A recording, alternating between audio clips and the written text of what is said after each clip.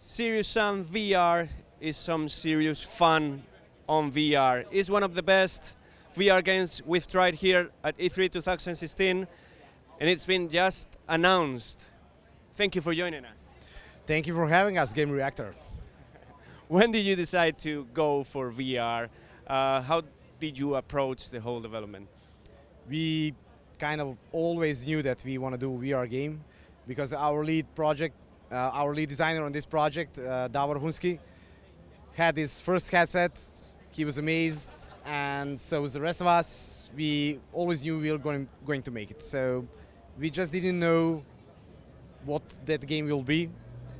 And when you look at it, it's a kind of a no-brainer for us to make it a Serious Sam game, because Serious Sam has always been about first perspective, and this is taking you from the first perspective and placing you inside the game. Now you get to be Serious Sam.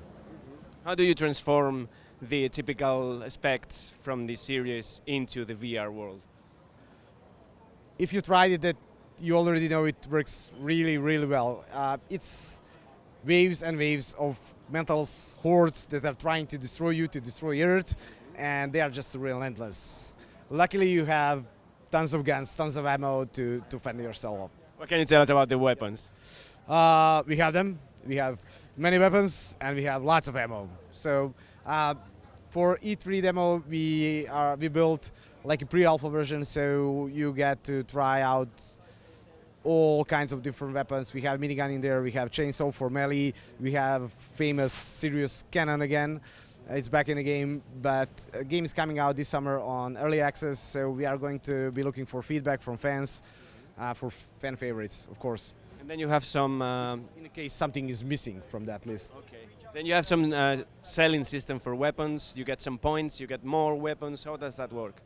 It's an in-game shop, so when you finish a level, then you get credits, you buy new stuff, you upgrade existing stuff, buy ammo, upgrade your health. There will also be a skill tree, so you get to choose if you want to dual wield or take just one big ass two-handed cannon with you and more enemies down with it. So that makes it like a fully fledged Serious Sam experience, not just like a quick VR experience, right? Yeah, we'd like to build that kind of game, yes. What about the environments themselves? Of course, you have to design them for people to move around, to look to different places, to try different angles with the arms. How do you do that? I'm the producer. I just tell other people to do that stuff. So they're amazing. They're amazing people. It just magically appears on the screen. I don't know how they do it, but it's awesome. And it's great work. And the environments are diverse as well. I mean, for the demo, we've tried like just a couple, like the first one and the dark one. But what else can we expect? For the demo, we went with a really familiar setting for Serious Sam fans. It's deserts and sands, but yeah. For the early access, we are preparing a couple more planets, and in the final game, there will be a dense, lush jungles planet, and then the scorched earth lava planet, and the industrial planet. So we have different kinds of settings and different levels per planet and different bosses at the end of each setting. Sorry, why is it called The Last Hope? What can we expect in terms of storytelling or story, if there is any? It's obviously not a story-driven game, but there will be a story that will tie all this action together, so we cannot reveal at this point why it's called The Last Hope, but all will be explained. It's bullets-driven, right? So you're showing the game with HTC Vive. Was it easy to get it running in this headset? Have you tried other options as well? Yes, we did. There's a HTC Vive unit next to me, and there's Oculus Rift over there, and it's the same game on both systems, and it runs really, really well. It was challenging, but we had a lot of support from both companies. Oculus and HTC are being super nice to us, treating us like a big, huge company. We are indie, but still it's nice to get that kind of support. They're doing excellent work. We had help from AMD and NVIDIA as well. So it was like this huge effort and everybody pitched in, and I'm glad to say that it worked out in the end, and we have the frame rates way up. There's no hitching.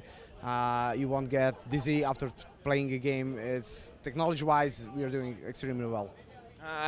I can prove that. I mean, I had like 10 minutes demonstrations of other games. I got dizzy. This was longer. I didn't. Are you also considering? Yeah. I mean, it's real. Are you also considering PSVR Yes, we are. We'd love to have the game on PSVR. at launch, maybe, or that might be too tight? When's the launch? October. October? I don't know about that.